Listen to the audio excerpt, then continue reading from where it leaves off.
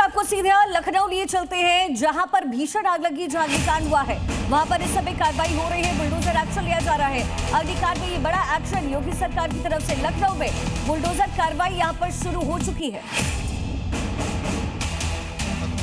तो ऐसे में ये जो साइड का एरिया है इसको फिलहाल खाली कराया जा रहा है और अभी से कुछ देर के बाद यहाँ से जितना भी सामान है उसको भी बाहर निकाला जाएगा। और ये देखिए, ये तस्वीरें मैं आपको दिखा रहा हूँ कि यहाँ पर सामने की तरफ की जो बिल्डिंग है इसमें बिल्डिंग में यहाँ पर कल आग बुझाने के लिए फायर ब्रिगेड की गाड़ियाँ इसी रास्ते से आ रही थी, लेकिन उस वक्त जो है यहाँ पर तमाम चीज़ें थी। तो ये फिलहाल देखिए, आप देख सकते हैं कि बाकायदा अब यहाँ पर जो टीम है वो यहाँ पहुँची हुई है। यहाँ पर जो है फावड़े से सब चीज़ें हैं। क्या करने के लिए आप लोग आए भैया? यहाँ पे नाले के पत्थर सब हटा रहे हैं, नहीं रख रहे हैं, खुला हुआ है, वहाँ पे पत्थर रख रहे हैं। तो देखिए यहाँ पर देखिए, ये रास्ते जो है, ये पूरा रास्ता जो है, चूंकि यहाँ पर अतिक्रमण हो जाता था तो इसको भी पूरा साफ किया जा रहा है और पत्थर जो है वो नाले पर वो रखे जा रहे हैं ताकि कोई गिरे ना। तो ये फिलहाल कह सकते हैं कि यहाँ पर ये तस्वीरें हैं, ये तस्वीरें आप देख सकते हैं कि इस वक्त यहाँ पर आपको नजर आएंगी। भारी पुलिस बल यहाँ पर तैनात किया गया है। तो अभी फिलहाल ये स्थिति देखने को यहाँ पर दिखाई पड़ रही है। जी उधर पहुंच रहे हैं, कब से कार्रवाई शुरू होगी? चलिए सवाल जिसका जवाब लेंगे, लेकिन फिलहाल तस्वीरें आप देखिए, लखनऊ की ये वो तस्वीर है और जहां कल अग्निकांड हुआ, 15 मासूम बच्चों की जान चली गई। उस बिल्डिंग को लेकर अब एलडीए की तरफ से कार्रवाई की जानी है। एलडीए के बुलडोजर मौके पर पहुंच रहे हैं।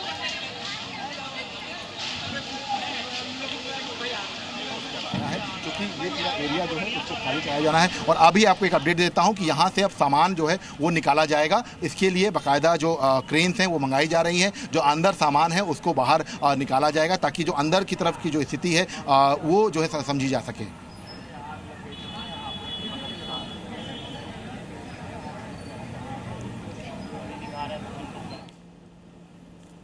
तो ये तस्वीर आप देख रहे हैं, कल यहां अग्निकांड में 15 लोगों की जान गई। मामले में एसआईटी का गठन किया गया है शासन स्तर से और दूसरी तरफ एलडीए ने भी 5 सदस्यीय टीम का गठन किया है जो पूरे मामले में पड़ताल करेगा। लखनऊ से सहयोगी ब्रिजेश तिवारी कनेक्ट है। ब्रिजेश, बुलडोजर एक्शन की तैयारी की जा रही है वहां?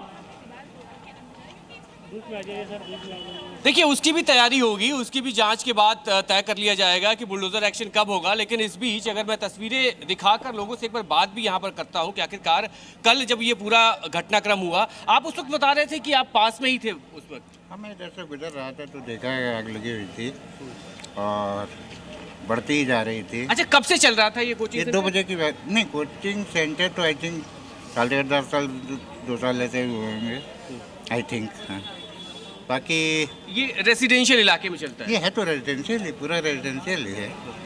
जो कमर्शलाइज इन्होंने किया है, एक वीरेंद्र शुक्ला जी है, उनकी बिल्डिंग है ये। और भी क्या इस तरह के यहाँ पे सेंटर्स हैं जो रेसिडेंशियल में कमर्शियल चलाते हैं? बहुत से हैं, आपका पुतला साइड है, ये बहुत से हैं, अलीगंज में भी बहुत से हैं जो चल रहा है। अब ये तो नहीं, कोई आता नहीं रोकने, देखने, टोकने के लिए? देखने कोई आता तो ये हादसा थोड़ी ना होता है। आज ये जो हादसा हुआ, इतना दर्दनाक हादसा, उन परिवारजनों से भी जिन्होंने अपने बच्चे खोए हैं, है ना। हालांकि ये मुख्यमंत्री, माननीय मुख्यमंत्री, लापरवाही किसकी मानते हैं आप? तो नेचुरल है, मतलब ऑब्वियसली इनका प्रशासन और ये प्रशासन की लापरवाही। भैया आप यहीं रहते हो? यहीं रहते हो? हाँ, इधर ही पीछे। तो क्या कोई जानने वाला यहाँ पे आता था कोचिंग पढ़ने के लिए या फिर कभी आए आप यहाँ पे? हाँ, एक बार मैं और मेरा एक भैया आए थे यहाँ पे। आइए, पर मुझे आगे चल के बताइएगा कहाँ पे आप आए थे और क्या अंदर जो एंट्रेंस है वो किस तरीके का एंट्रेंस है, क्या कुछ? एक्चुअली ज़्यादा तो मैंने ध्यान दिया नहीं था बिकॉज हम लोग को 2-2.5 साल हो रहे आते आते। बट जैसा था, काफ़ी कंजेस्टेड मामला रहता था इसके अंदर। एंड मतलब कुछ ऐसा नहीं था बहुत ज़्यादा स्पेस दिया उधर, जो हमारे लेटर्स वगैरह थे ना। ये जो फर्स्ट फ्लोर है उसकी बात कर रहे हैं आप? हाँ जी, फर्स्ट फ्लोर की बात कर रहा हूँ। बहुत ज़्यादा ऐसे स्पेस वगैरह नहीं छोड़ा गया था कहीं, बहुत कंजेस्टेड सा मामला रहता था। एंड जो मतलब यहाँ का स्टाफ रहता था उसमें भी काफ़ी मतलब ऐसे रहता था, लापरवाही टाइप की, कोई मतलब एक्टिविटी नहीं थी। फायर एक्सटिंग्विशर्स वगैरह का भी ध्यान नहीं दिया जाता था यहाँ पर कभी भी।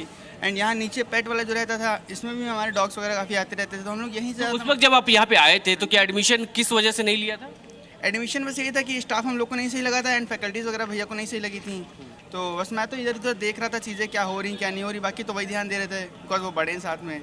एंड जब कल पता चला यहाँ आग लग गई है तो फिर वो भैया कह रहे थे कि हाँ देखो वहाँ पे जो है मतलब चीज़ें नहीं सही रहती थी, स्टाफ वगैरह नहीं ध्यान देता था। तो ये सब चीज़ें होने कॉमन है वहाँ पे बिकॉज स्टाफ की लापरवाही से हुआ होगा कुछ ना कुछ। या यानी लापरवाही को लेकर, जिस बात को लेकर लगातार हम कह रहे हैं, उसमें पहले भी जो लोग यहाँ पर आए थे, इस बिल्डिंग में आए थे, फर्स्ट फ्लोर पे आए थे, उन्होंने इस बात को देखा था कि यहाँ पर लापरवाही है और इसी की वजह से जो बच्चे पहले एडमिशन लेने के लिए आए थे वो एडमिशन यहाँ पर उन लोगों ने नहीं लिया। आप भी यहीं पास में रहते हैं? हम यहीं पर रहते हैं महानगर में, लेकिन हमारे तो मेन ये अपने आपके भ्रष्टाचार तंत्र से ये सब। कैसा भ्रष्टाचार? कैसा? ये हमारे IAS IPSओं का सबका भ्रष्टाचार है। इन्होंने देखिए आप कि इस बिल्डिंग में जहाँ पर बच्चे फंसे थे वहाँ केवल लिफ्ट है, वहाँ जाने का कोई और रास्ता ही नहीं बना रखा। हादसा मानते हैं, हत्या मानते हैं? हत्या। कौन जिम्मेदार है हत्या के लिए? ये हमारे IPS ऑफिसर, ये हमारे IAS ऑफिसर जो हमारे LDA है लखनऊ। नजर कभी यहाँ पे लोगों की नहीं पड़ती थी? ये मतलब इन लोगों का मेन तंत्र है ना, ये लोग करते हैं सारा काम।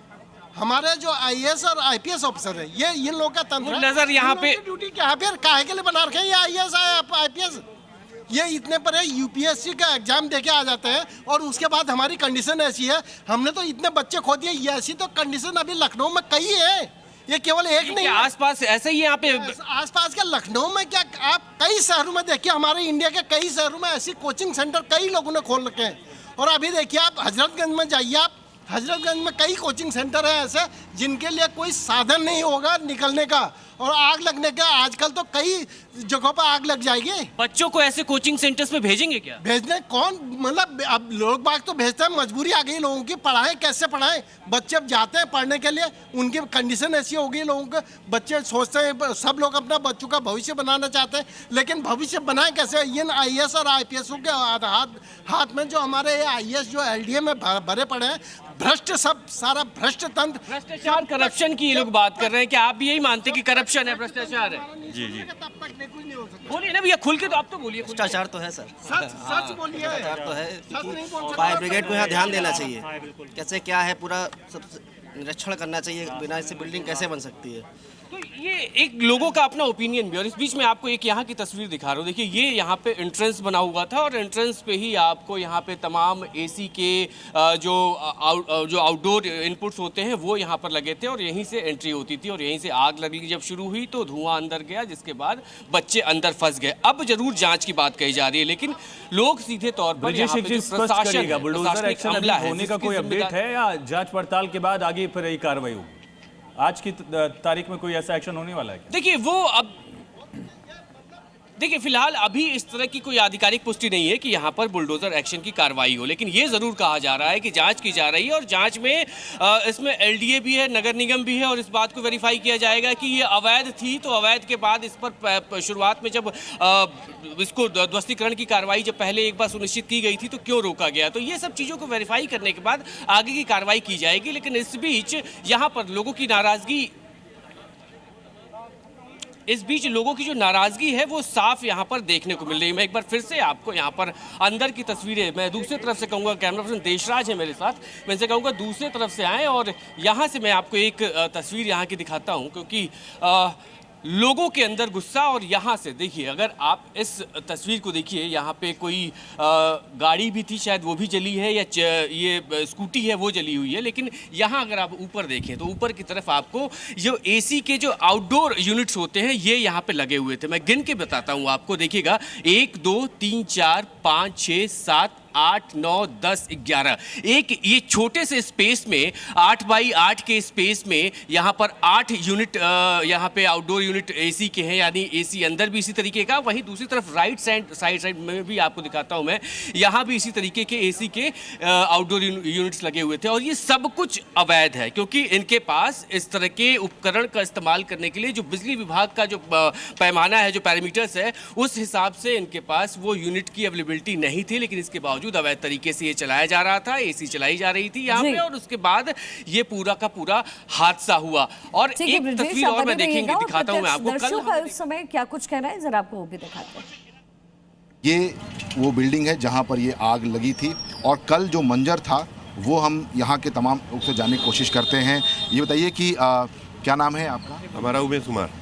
उमेश जी, क्या हुआ था कल? क्या मंजर? आग लगी थी, अब शॉर्ट सर्किट से लगी। एसियों के देख रहे हैं झुंड, चारों तरफ से गर्म एसियाँ जब चलेंगी तो उसमें आग लगना स्वाभाविक है।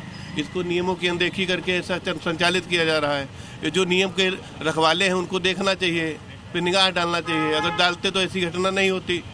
कल किस तरह से धुआं उठ रहा था, किस कल इस समय यहाँ पे बहुत भयावह मंजर था कि भाई साहब आप देख नहीं सकते थे।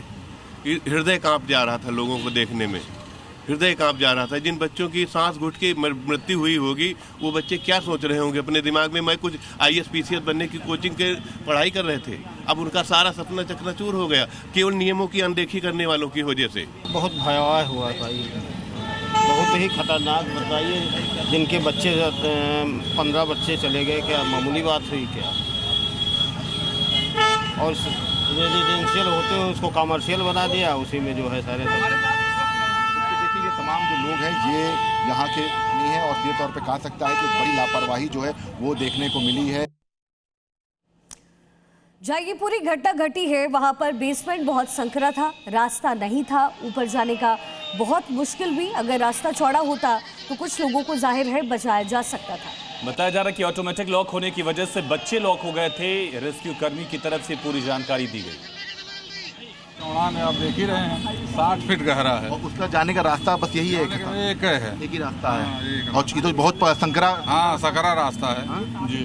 बहुत मुश्किल हुआ होगा। बहुत हाँ। कल से आप लोग यहाँ पर हैं? कल से। तो कैसे जो है यहाँ पर अंदर तक जो लोग अंदर थे उनको बचाने की कोशिश की गई? बहुत कोशिश की गई है। आगे तो पूरा ये सब साले कहीं AC के देखा लगाए हैं सब, यहाँ से पूरा रास्ता तो अंदर जाने कहीं मिला ही नहीं। अच्छा। अब यहीं से बाहर से नहीं जो है पहले आग बुताना शुरू किए, बच्चे जो है उस पर थे, फिर आगे निकले कि अगर ऊपर जाने का रास्ता होता सारे बच्चे बच जाते। अच्छा, ऊपर जाने का आप लोग को रास्ता नहीं मिला? तो आप लोग बेसमेंट से ही जो है पहले कोशिश की? गाड़ी मंगा करके फिर ऊपर चढ़े हम लोग, उस छत से लगा के लेटर फिर ऊपर चढ़े, फिर ताला उसमें ऊपर जो है बंद किए थे। अगर जाने का रास्ता होता बच्चों का नहीं, छत पे चढ़े जाते थे, एक भी बच्चे जो है नहीं हो, हाँ सब बच जाते। तो आप लोग छत पे नहीं चढ़ पाए थे? यहाँ छत पे चढ़े, फिर उस पर सीढ़ी लगा करके फिर छत पे गए, मगर जो छत वाला जो रास्ता नीचे उतरने का था उसमें ताला मारा था।